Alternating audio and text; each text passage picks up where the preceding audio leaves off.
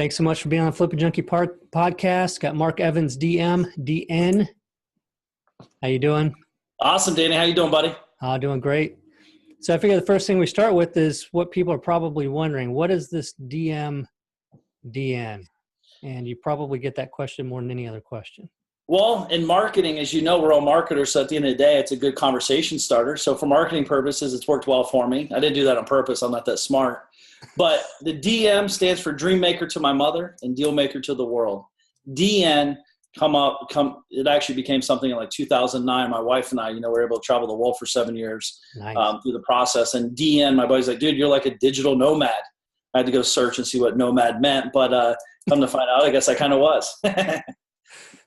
Makes me want to add on some stuff to acronyms to the end of my name. Yeah, absolutely. What they're going to be. Yeah, I'm not going to, I thought quickly I was going to say, well, ask my wife, but I don't want to do that because she'll probably say something that doesn't mean anything very nice, but exactly. No, I'm just kidding. No, that's awesome. And, I was looking, like, your name is a pretty common name, Mark Evans. And I was thinking whenever I was doing, looking for your email, I was typing in Mark Evans. I was like, I wonder if that's why he did it. Yeah. Because if it's Mark Evans DM, you're going to find you and not a million other people. Yeah. Well, the truth is my parents lied to me. They said I was the only one, but obviously I'm not the only Mark Evans out there. I'm a junior, actually. My son's a third. Oh, cool. But there was a guy in Columbus. His name was Mark Evans. And when I was closing real estate deals at the title, like, you have to sign all those disclosures. And I'm not this guy. He's 60 years old. I'm 20 or whatever. So it became like a big deal. And then the guy, unfortunately, was a crook. So, you get the association with the same name as, like you said, common name. So I literally, that's when it really started. I think I was like 19 or 20. I forget what I did yesterday. But I'm just going off of memory, 19 or 20 when we added the DM. Wow. Yeah. Yeah. No, I didn't think about that. Yeah. That really stinks when people are looking you up and finding other people that reminds me of a story when I was sending out a bunch of direct mail, and I was noticing my website was getting all this traffic from a bass guitar forum. Interesting. On the internet. And I was like, what the heck is this all about? Why are all these bass guitarists coming to my Danny Buys Houses website? And so I went to the forum and I was doing searches for it. And the guy was saying, I got this letter and, I'm going to find out what this is all about. And he was really upset and all this kind of stuff. And, they were all getting detective mode and trying to research me. And I'm getting on there saying he's an attorney and he's this and he's that, because they did some research that was completely wrong. Right. And I was thinking, man, the guy's got my return address, my phone number. All he's got to do is call me. You know what I mean? But instead he wanted to get on here and get all these guys. But anyway, I thought that was kind of funny. But yeah, no, absolutely. One thing, just a quick tip too, if you have kids, anybody watching this, if they have kids or whatever, I actually bought all my nieces names.com. My son is markevansdmjr.com. Could you imagine if my name, let's say Steve Johnson, or I'm just making this name up, but like they're actually a pedophile, a rapist, a murderer, anything terrible, right? Unfortunately, like, could you imagine if that's your child or grandkid or nephew, right, or whatever? So, I bought all my nieces and all my, all that stuff. I try to protect that because that, again, about legacy, right? Like the last thing we want is that our name, sometimes we forget because it's just like our name, it's kind of whatever, but it's kind of a big deal, especially with the .com world we live in. Yeah, no, I like that. And I like to collect domain names. So it's a perfect thing for me. I'm already itching to get in there and start doing the searches to see if they're still available. But I have the same addiction myself. Yeah. How many do you think you have right now? Probably about 4,000. Well, you've got a bigger addiction than I do because I'm still under 100, I'm sure. But yeah, well, I'll sell you some. For the right price. Yeah. Depends on what they are. But last thing I need is another distraction, another thing to go after. So I think that would lead perfectly into what we should talk about on this call. I want to start with, exactly who you are so that people out there listening, a lot of people know you. And I honestly, I hadn't really known much about you. And our mutual friend, Paul, who I interviewed on episode 99, this is now episode 100. Oh, cool. So you got lucky 100, by the way. That's awesome, man. I love even numbers. That's great. Paul was talking about you and I said, well, I got to meet this guy. So he introduced us and we got on, you called me up, took time out of your, I don't know if you're real busy or not. I don't think you are. It sounds like you got it set up to where you're not real busy, but I'm always busy. It's just a matter of what am I busy doing, right? Right. So you gave me a call and we talked, I don't know, like 45 minutes. It seemed like 10 minutes. Yeah. Great conversation. So it's awesome to get you on the show. And I wanted other people to hear some of the stuff that we talked about. Okay. You know, I think that the way you describe things and creating a real business is very clear and very helpful. And hopefully that comes across in the podcast. I'm sure it will. But why don't we start with how you got into real estate investing and just your story real quick. Yeah, no, man, it's a great question. It's something, I remember back in 1995, 96, grew up in a small town, Ohio. My parents are awesome people, hardworking, every day, go to work, construction. My mom did admin work and all that stuff. But I remember laying in bed. I've always kind of had the real entrepreneur spirit. Entrepreneur back in those days, it means you were lazy, trying to get out of work and make a lot of money doing nothing, which I still try to do every day anyways. So I figured something out in my head. And again, I was never good at school, right? I was actually really bad, 1.8, barely graduated. College, I didn't even think about going to college unless I was, back then I didn't even think about going to college to drink or anything because I didn't care about that stuff. I just wanted to get out and make real money. And back then, real money to me would have been $100,000 a year.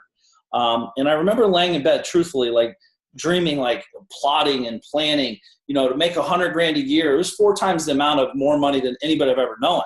$25,000, $30,000 a year in our world where I lived, like that was like a pretty decent income. And just hardworking people, close, we live in a cornfield world, whatever, no cops, no stoplights, kind of small town boy. And I always knew I wanted to get out. I always knew I had to go to bigger places to get bigger results, get uncomfortable. And I started a seamless gutter company. I actually bought one, owner financing. Larry, he's no longer with us, but I stopped there. I bought a company because I knew I had to do something. But again, I reverted to back what I knew, construction. I didn't know real estate existed then. But I was like, hey, how many hours do I need to trade at $20 an hour to make $100,000 a year? And I just started thinking about that. And I wasn't afraid of work. And I think a lot of people are more trying not to work than they are trying to work and to get results. So I always knew, like, I'll out hustle people, but I don't want to do it forever. So what happened is I'm on these job sites. I'm 18 years old, and all these guys are pulling up in Porsches and cigars, paying me in cash and, writing checks and this and that or whatever. And I'm like, and I'm working on all their houses every week, right? Putting gutters on. Gutters is the thing that's on the fascia. For the people that's maybe in Texas or Florida, not many gutters. But I was like, what do you do? Again, I'm not that smart. And they're like, real estate investor, real estate investor, real estate investor. And a light bulb popped off. I saw a guy on an infomercial. It's talking about real estate investing, free event. The model, go to a free event, pay money, go to another event, pay more money, blah, blah, blah, blah, blah. But truth is, I didn't have much money at all. Still lived with my parents. I went to an event. I said, I have to do this for myself, for my future. I literally spent every dime I had, drove down to Florida, 18 years old, couldn't even check in the hotel, right? Because I was too young. You had to be over 20-something. So I literally had Doritos and Cheetos and drive. Drove a little S10 down there, which is crazy. 65 people in a room. I'm sitting in the front room, and I saw Russ make a phone call, and the lady's like, I'm just done. I want to sell. I was like, I can do that. No more, no less. I didn't know. Russ Whitney was? Yep, Russ Whitney. 1996. I literally, like, I'm getting goosebumps even talking about, like, I saw these other people, like, still like, well, what about this? What about this? I'm like, none of that stuff matters if you don't make the call. Like, I figured it early on again. So just because in business, like, people come to me all the time, like, oh man, blah, blah. I'm like, how many calls you make? Well, none, but I've sent 10 emails. I'm like, how many calls? Because business, you have to make calls. Like, movement creates momentum, motion. So I came out the gate. I started figuring out owner financing deals because, again, you have to either have resources or your resourcefulness. Growing up small town Ohio boy, I had no money, so I had to figure out how to be resourcefulness. But I knew other people's problems weren't necessarily my problems and vice versa. So a seller doesn't care if I'm broke. All they care is can I help them with their situation. So I figured out owner financing deals. That's kind of how I did it. And get the contract, owner financing, buy it. And then I started building that up. And then I got about 65 doors, and I discovered, and this is like a 3-year process, right? I discovered you have to be a manager, and I sucked at managing. So, I almost went bankrupt actually when I was about 22-ish, 21, 22. So were you doing everything yourself at that point? Oh, 100%. I was doing everything myself up until I was like 26 years old. So for 8 years, right? Because I thought, again, because the world I come from, if I pay someone, it actually is taken away from me. If I pay someone, it's taken away from the business or, whatever. It's stinking thinking for sure. But that's how we're raised, right? Save, preserve, conserve, be conservative, X, Y, Z. So at the end of the day, what happened is I almost went bankrupt. I still have the paperwork, by the way. I wrote the paperwork out to go BK. But I sit in my office crying, literally saying, I'm better than this. What can I do to make my situation? It's no one's fault but my own fault. So point one, accept responsibility for good and bad things, right? It's always funny. Everyone wants to accept responsibility when things are amazing. But when shit hits the fan, they don't want to talk about it's everyone else's fault. It's the stock market. It's the new president's fault. It's this, no, it's your fault. You made the decision to be there. Well, it's amazing because sometimes we can be so delusional that we can say that to other people and believe that. Mm-hmm. But if you're not really aware of what you're doing every day and how you're reacting to stuff, right? When you start doing that, it's amazing how much you realize that you actually do that, and sure. we do that. And so anyway, go ahead. Yeah, no, it's so I wrote it out. I was crying. I'd made a decision, and that's how I learned wholesaling real estate. Because wholesaling real estate is one of the fastest path to generating cash very quickly. This had to be, probably like early 2000-ish. So I had all these doors. I literally was in a courthouse, by the way, going back just a couple steps. And I had like 36 bench warrants out for my arrest because I had all these properties. And when you don't take care of the properties, I started becoming a slumlord by accident because I was getting overwhelmed with all the expenses. The city was on my butt 24/7. And then, they're creating these warrants for your arrest. And like, hey, you need to show up court and get this resolved. And literally one day, Judge Pfeiffer is his name. I was literally in there and I just stood up one day because this is like a courtroom. There's 100 people behind you, right? So it's kind of embarrassing. And I just had to come to a conclusion. I stood up. I'm like, Mr. Judge Pfeiffer, like, I have no money. I'm going to go bankrupt, blah, blah, blah. He's like, boom, gavel down. That's all I needed to hear. Get over to the blah, blah, blah. And, it just gave me, I just had to, just come to a conclusion, like, I don't know everything. So I just started seeking. And this is before the days of the internet, right? At the high level. I didn't really understand the internet until 2005. But I went to the library and just started learning. This is when you had to pull the deck cards out and go get a book and actually find the book. Yeah. And, learning, underlining, asking questions, going out there, failing. And then before you know it, I dug myself out of BK and actually started thinking about, holy cow, this can be big. Because residual income is good, but it's only good when it's coming in. And I was just losing more money, but I started making more money and making it up over here, spending it over there. And I started liquidating the bad assets, keeping the good ones, and, just navigating my way through life, really. And this was through wholesaling, is what you were building back with using that strategy of wholesaling, right? Correct. I was just so jaded on owning, and, it was cool to tell your friends, oh, I have 65 doors and I'm making residual income. But the truth is I wasn't making any residual income at one point. I was losing like $15,000 a month. It was insane. So wholesaling saved my butt and I figured it out. And then I started getting cocky, thinking I knew everything. So I kind of relaxed again, and almost went bankrupt again. So I'm kind of hard-headed though. I'm good like that. My parents always said that anyways, and then I just figured out one day, listen, if I'm going to do this, I'm going to do it right. I only live once. I want to turn this into a business. And probably the best thing I did for myself and my future, where I'm at today, is I stopped going to real estate events. I never went to anything real estate related. I always went to business building things, like how to market. Like, marketing is not real estate. Real estate's a product, by the way, right? So I started asking me, and the technique and strategy is all irrelevant. It's all like, the numbers are the numbers. It doesn't matter if it's wholesaling, retailing, flipping, blah, blah, blah. Numbers don't lie. People do, emotions do. So that's my thing, data, not drama. So when I started writing copy and learning about marketing and direct marketing and, really getting smart with that, I realized, like, holy cow, this can be a business. This can be big. And then I started building a little team, and I felt hired a lot of wrong people, got ripped off, stole money, whatever. So where did you start with that? Where did you start with the process of trying to build that team?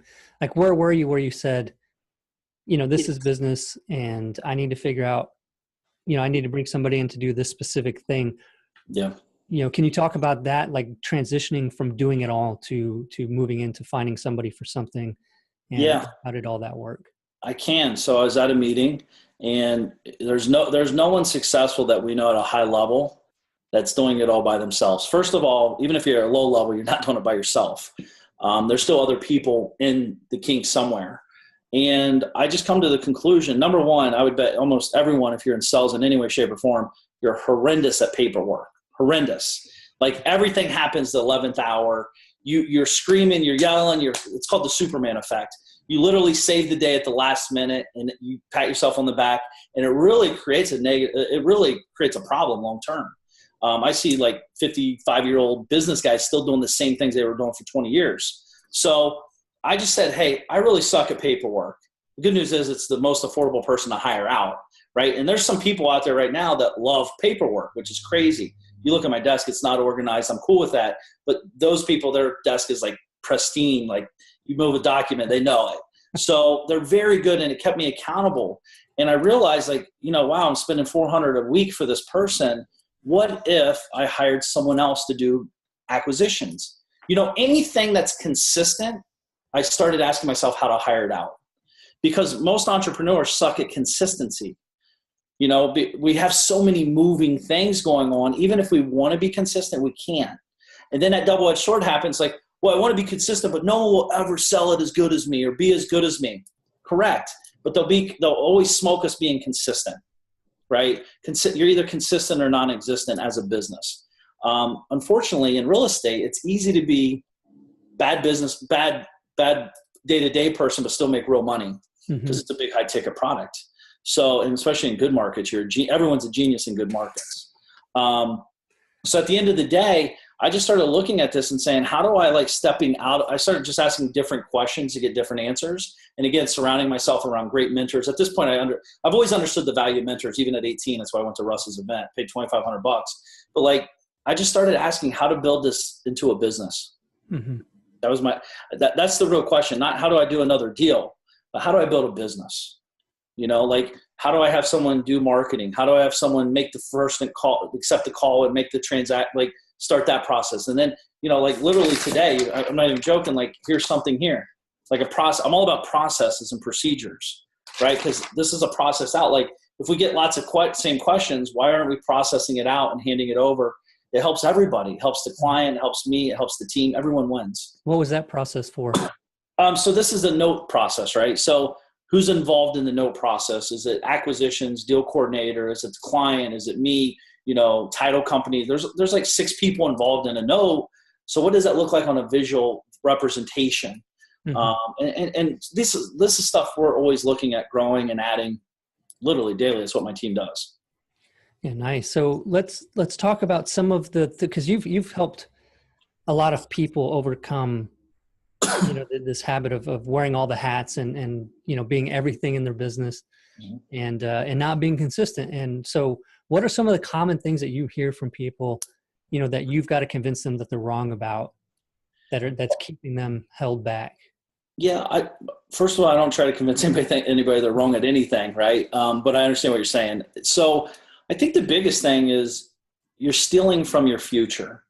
You don't have to believe me. You have to look at yourself and look at where you really want to go and understand what got you to here today. Is it going to get you to where you want to go in 10 years from now? So the answer is always no.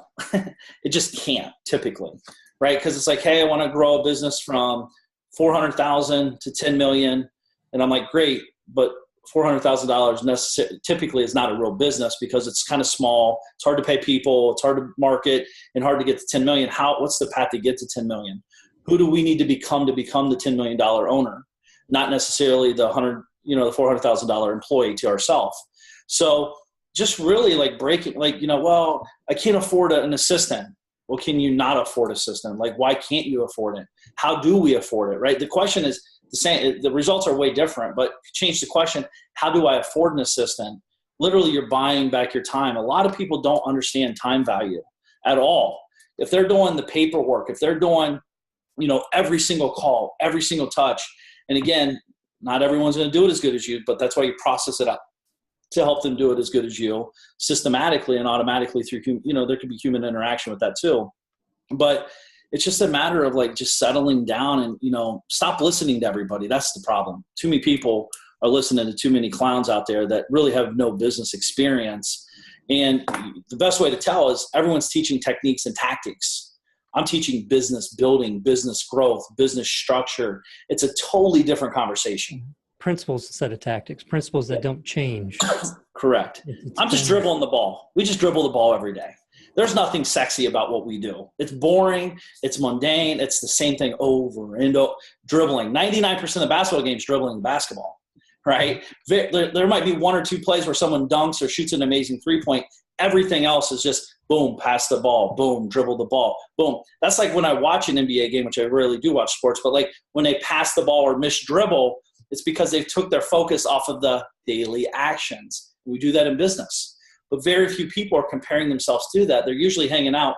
I don't know if I can cuss on this, but it's not a real cuss word, but king of the dipshit syndrome, where they're hanging out with all their buddies and all their buddies like, dude, you're doing awesome. I wish I could do what you did and blah, blah, blah. And inside you truly are thinking, holy cow, I'm not doing anything. I'm a loser. I could do so much more.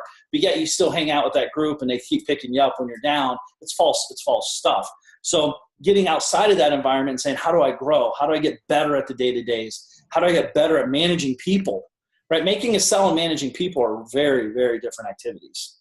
And for salespeople, it's pretty hard. Absolutely. And that's why I think I enjoyed our conversation so much. Mm-hmm. Was it yesterday? 2 days ago, I guess it was, on the phone, because what I'm working on the most right now is the software side of my business. Mm-hmm. Well, it's another business, but all the principles that you're talking about fit with what I'm going through on this side, that it's not flipping houses, it's building software. Yep. And, we are flipping houses. That's the other business that's growing. But like realizing that you can use the same principles in both businesses. It's business. It's business.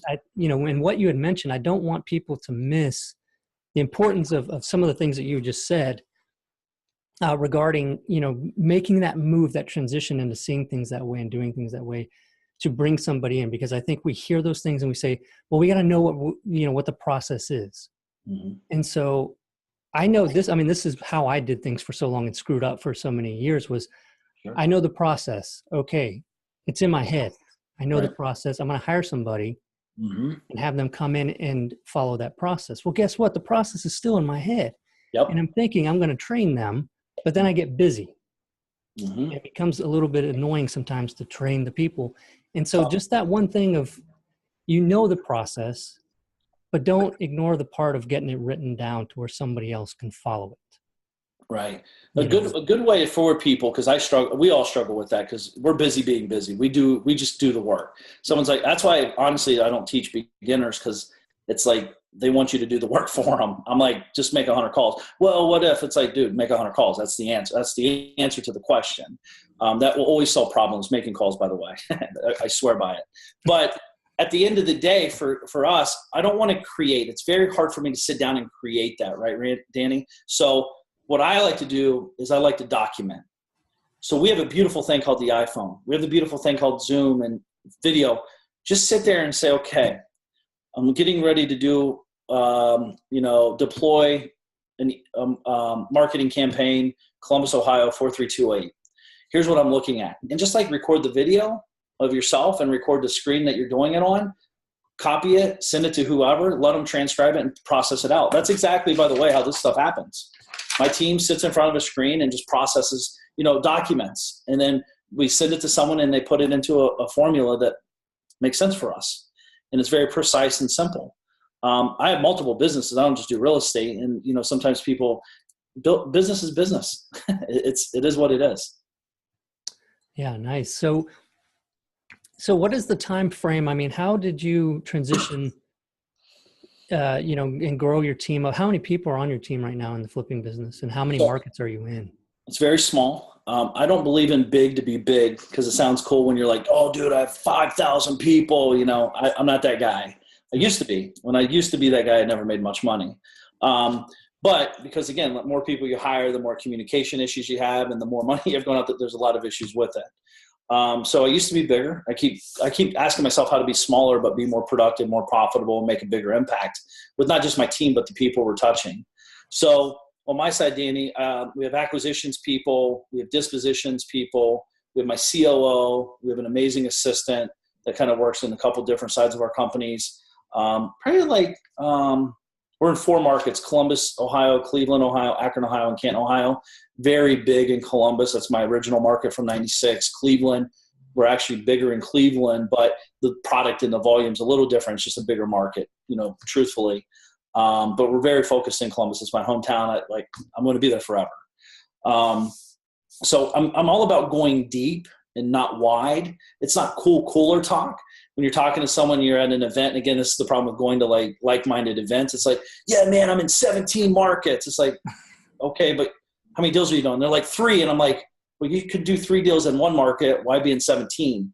And again, people not valuing their resources and, their time, because having 17 conversations with title companies, grounds teams, rehabbers, assistants and none of that product changes, right? Markets change. So you're in Columbus, for example, you could be on one street. It could be 40,000. Next street's 80,000. Next street, 2 streets down is 150,000. Yeah. You got to know your stuff. Right. I mean, anybody in real estate knows that, right? So why go wide? I think people do it because entrepreneurs get bored. And the more boring my business is, the more money I make. It's amazing. But the team is very small. In the office, I think we have 8 people at the office in town in Florida. We're in Florida. We do everything remotely from Florida into Ohio. We have grounds teams on Ohio. Actually, my father works on the ground for us. And then management and rehabbers are the backbone of our business because I'm in the turnkey space now. Well, I've been for a long time, but that's the space we're in. So is the move to Florida for obvious reasons? Climate and weather, lifestyle. Yeah, like I said, my wife and I started coming down here December 31st, 05, came down for a month, turned into multiple months, and then we started traveling, and then we're like, wow, let's use this as a home base. Bounced from Atlanta. It snowed one day. I was like, well, I don't want to be in Atlanta. Came down to Florida. It never snows where I'm at in Palm Beach. Now we're in Parkland, beautiful community. But it's just kind of cool. But we still have a house in Ohio. We go up to Shaker Heights. We have a house up there. We stay there about 3 or 4 months a year. So did you build the team in Ohio and then transition them down to Florida? Did you build it in Florida? What happened there? So when I left the company December 31st, 05, my team was all in Ohio. And I started transitioning. And what happened is kind of cool is the week people go away, because, I was a terrible micromanager. I micromanage everything. Don't say that. Say this. Do this. Don't give it to – just let me close it. Collect the money. Let me close it. I was a psycho. So – but again, I'm not knocking it because I kind of loved it, but it for me, leaving, it forced me to get better as a person and a business owner. The weak people left and/or got fired, and the strong people stayed. And unfortunately, I was a very immature business owner at that point because I was still learning about myself. I was 27 years old, still learning and really starting to understand business. So I started becoming more immature because I was listening to people saying, pay less, give them more to do. The mule effect, right? If you find a mule in your company, they just keep giving you more work until you either quit or die. That's really what happens with mules. And I've seen it over and over. And that's how one of my mentors was teaching me that, which was stupid looking back. So I drove this person into the ground. She was awesome. I wish she was still here with us because I think I might be 10 times bigger, honestly. She really was a great person and a great worker. But I again, all times have its thing. It's a cycle. Moved down here. I was traveling. I was virtual. I really was doing some cool. When I say virtual, I was becoming a business owner. That's what that means to me. But I could be anywhere in the world sending text or Skyping with someone and buying or selling a deal. It was very easy. And I just started building a team here in Florida. I said, hey, I want to have an office virtually. My COO actually was my chief technical officer of my real estate company. Peter is his name now, COO. He's like, Mark, can I have an office? Because some people like working from an office. So I set him up an office. I actually have an amazing office 45 minutes from here I never go to, honestly, Danny. So just building it up and, it just kind of evolves as you grow. Yeah. Do you think having, not being in the office and micromanaging has changed the way you look at things and operate things more as a true business owner? Well, 1,000%. I mean, we think we're in full control. And the truth is micromanagers have zero control. It's total chaos 24/7. Again, and I'm not saying I didn't have many panic attacks, anxiety attacks, multiple dry heaving moments when you're away. And it's real. I mean, it just genuinely is real. Even though I could be hanging out, drinking and having a couple of drinks thinking I'm being relaxed. But in my mind, this is flip phone days though. This isn't like the internet is now. We're really connected at the end of the day with what we have going on in this world at this moment. So this is flip phone. I had a flip phone as of 2 years ago. So for me, I was trying to be disconnected to allow them to grow, hire great people, hire A players, pay more money than anybody would ever pay them, actually care about them, help them grow as a person. Because if they grow as a person, the company will grow together. right? So I kind of just started thinking culture, again, business owner talk, culture, management, accountability. But the smartest thing I ever heard is if you want accountable people, you want to keep accountability at a high level, hire accountable people. Right. So i.e. hire A players. Don't dick around and hire the C player. Think you're saving money because you're ultimately going to lose big at the long term. Yeah. So I'm interested in you had mentioned your CTO became the COO. Yeah. So chief technical officer moved into the role of chief operations officer. Right. And so how did that happen? Like what made you, like they became that person that could manage everything? I mean, it wasn't just something I want to do this and how did that happen? Yeah, great question. So Peter, awesome guy, very young when he came on board with us in his early 20s, a Penn grad, smart guy, engineer, technical engineer mindset. So very good at structure, implementation, everything I suck at, he was really good at. And he was in that side of the business for 2 years. And how this kind of evolved, again, this didn't happen on purpose, kind of how it evolved. I was doing a webinar. I did a webinar to a group of people. This is 2008 or 9. And I sold 212 properties in one day on a webinar. Wow. And I called Peter. I'm like, dude, I'm in trouble. He's like, what? I was like, we just sold 212 lots. It was just lots, right? And this is a good problem, by the way. These are good problems. I was like, I don't know how to do it. He's like, in 48 hours, let me jump in there. I'll show him how to pick the lots, how to create the deeds, how to close the, like he created a formula because he's technical and he understood a whole flow. He's like, I got this. And he's like, Mark, by the way, I could help you on your real estate company at a whole nother level if you wanted me to. And I was like, why haven't you told me?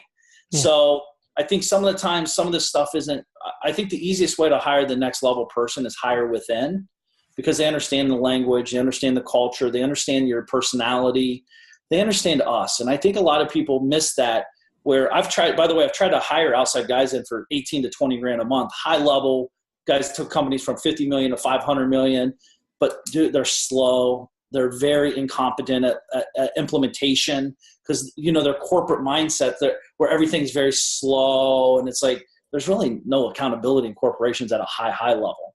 And he's like, yeah, I'm looking to make a 10% increase. I'm like, dude, I'm paying you 20 grand a month. I better see a massive increase. I hired you to do big things here. So it's an evolution process, but to answer your story, I'm sorry. That's how I met Peter. Yeah, no. So, so the question, I guess what I was looking for was it intentional in sort of a grooming way, or was it more of they just kind of like saw that potential within themselves and they just already sort of had that and said, hey, I can do this? Yeah, I think both of us set out. I mean, again, hiring the right people, I think the cream of the crop will always rise to the top. And I didn't do it on purpose, but I always knew hire great people, pay them right, treat them right. Good things could happen eventually. Doesn't always work out that way, but that's the mindset anyways. Awesome. So I'm reading a bunch of leadership books right now. Do you have any favorite leadership books? Or do you read? Turn the Ship. That's a good one. That's a management / leadership style. Traction. There's great books out there. Traction. I really haven't been reading a whole lot as much lately. I've read thousands of books though. I see you've got Titan up there. I love that book. Yeah, Titan's a great book. There's so many great books out there. That's the problem is now if I read it, I actually got to do something with the knowledge. Right. That's the key. Yeah. So I think the best way to discover a book and how I navigate books is what is my problem? What's my issue today that I'm dealing with that I'm looking for a solution? Because if not, I find myself just reading to read, which is cool sometimes, but I'm busy. I have a lot of stuff I want to accomplish. That really is what I'm trying to do. So if I'm trying to figure out how to manage expectations or manage payroll or manage, whatever we're dealing with, I'm looking for that, very deep data quickly and just knowledge up as fast as possible. Yeah, a lot of wisdom in that. And I that kind of gives away what I've been focused on myself because that's what I need right now. And so I'm working on reading those books. And you get much more out of them because you're in that situation where you need that info. Right. Versus just, hey, I want to learn about this other thing. You're just going to distract yourself, focus. You had said something before. I don't know that it was during this conversation, maybe our other one, but about data, not drama. Yep. And, people coming and saying, how do I do this? And I think the example you're talking about was direct mail. Yep. And I don't know if you can maybe elaborate a little bit more on that when people come and say, hey, it's not working for me.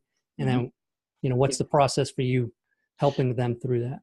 So I have a problem. I told you I'm a high-level micromanager. I just want to solve the problem and move forward. I think all people, business owners, want to do that. But the truth is that actually hurts your business long-term if you do that constantly. You're constantly reinforcing incompetence and just call Mark, he'll fix it. Just call Mark, he'll fix it. That's cool when there's one or two people, but this starts growing bigger. It's a massive issue. And not only that, you start getting fatigued. A lot of people don't understand the power of, you start fatiguing out. I make a lot of decisions very fast, quickly, all day. So decision fatigue is a real thing as an owner. And as you're developing, software, you know exactly what I'm talking about. There's a lot of moving, it's like there's question after question you're answering. So, but for me, I'm emotional. I always want to step in and take over. And I had to start figuring out, what can I do where I don't get caught up in their drama? We all have drama. But yet, if they come in, Mark, this direct mail is not working. What does that mean? The struggle is not always real. You know what I mean? Everyone's got a struggle, but what is it a real struggle? And is it a struggle I should even worry about? Mm-hmm. So I just started I'm just like, cool, data, not drama. And it just as a trigger to have them tell me, I sent 1,000 postcards, I got 30 responses, I got 7 calls, and I got 2 contracts in, and here's how much we made.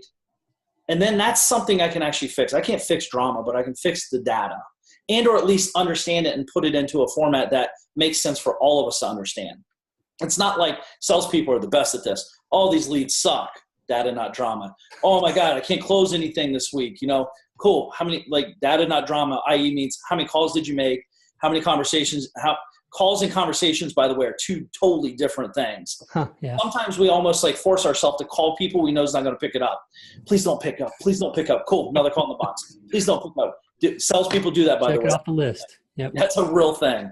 So even in my company, I don't care how many calls you make. I care how many deals you close. I'm not that guy anymore. It's like, you need to work 20 hours a day, no matter what, blah, blah, blah, blah. Now it's more like, just get the job done. That's all I care about. I don't care if you're sitting on the beach. I don't care if you're sitting in a coffee shop. I don't care if you're in the office. Just get the work done. But when things start happening, I need to have data to back up the problem or even if things are going amazing, I want to see what you're doing different.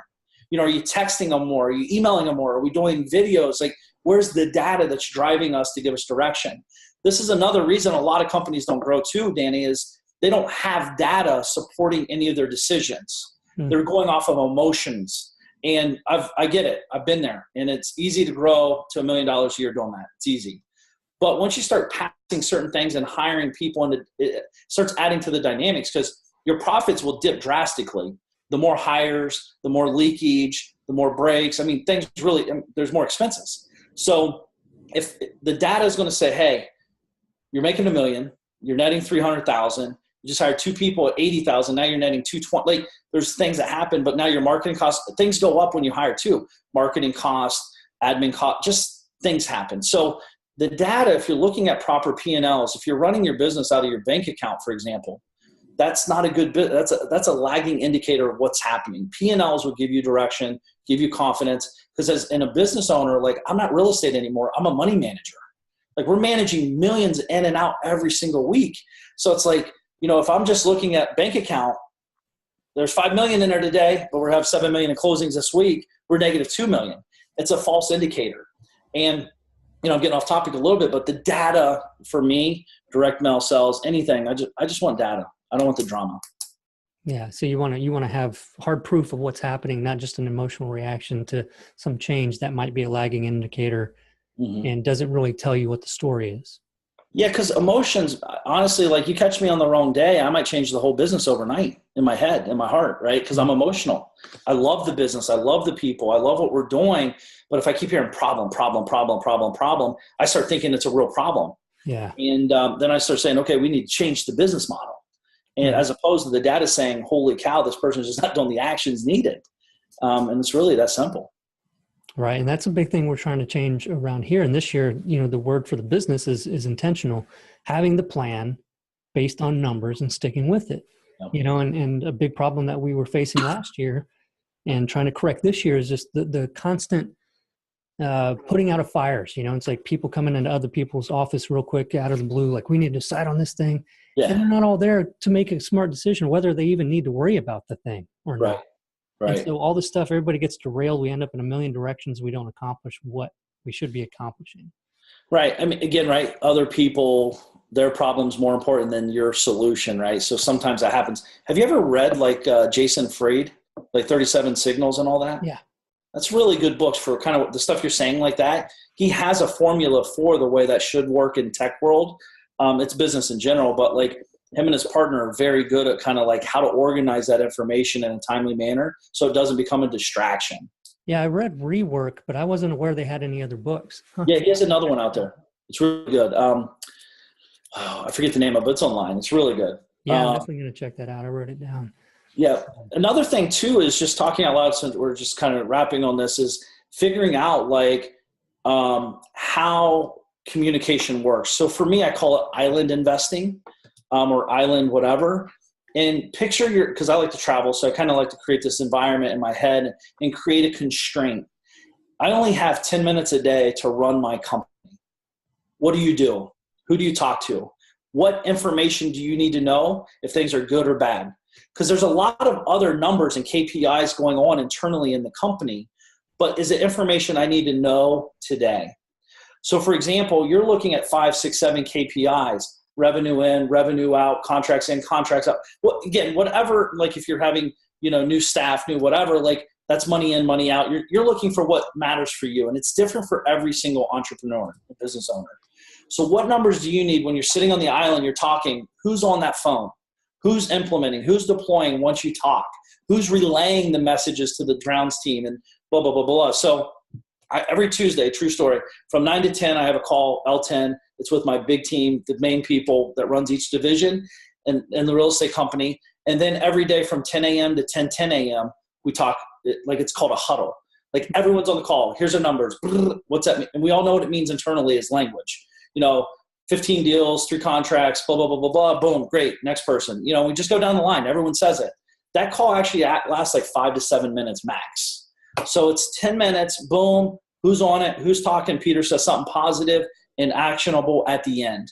Now the team's running. Tomorrow I'm going to have the same information. I'm still working on the business. I'm thinking about it, reading, customer experience, this and that. But like that 10 minutes is like the most productive day of my life at that moment. Yeah. Yeah. I like how you started with the 10 minutes. Who are you going to call? What numbers are you going to look at? What's most important? Yeah. At the highest level, what's the big dominoes? What's the thing there? Yeah. And those kind of meetings, we started doing the same thing because we had done, weekly meetings with the whole company, but we got to the point we wouldn't all fit in the conference room anymore. So it was like, sure. Well, a lot of people are sitting through this thing and we're doing all this talking about this other stuff that doesn't matter much to them. Mm-hmm. And so we just figured out, well, what is the biggest thing? And it's the main KPIs that are motivators, like showing people how well everything's going. Yeah. And then sharing the wins from everybody's team. So everybody gets to celebrate all the wins. That's cool. And it's a 5 or 10 minute meeting. So yeah.